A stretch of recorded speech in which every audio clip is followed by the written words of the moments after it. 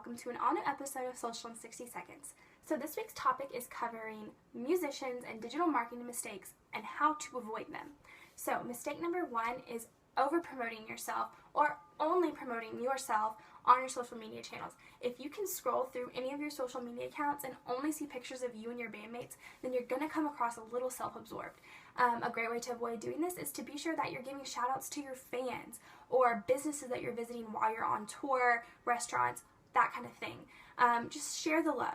Mistake number two is inconsistent branding. If you have pictures of your old logo on your Twitter account, but then your new logo on your Facebook account, that's inconsistent branding. Just make sure everything is the same across all your platforms.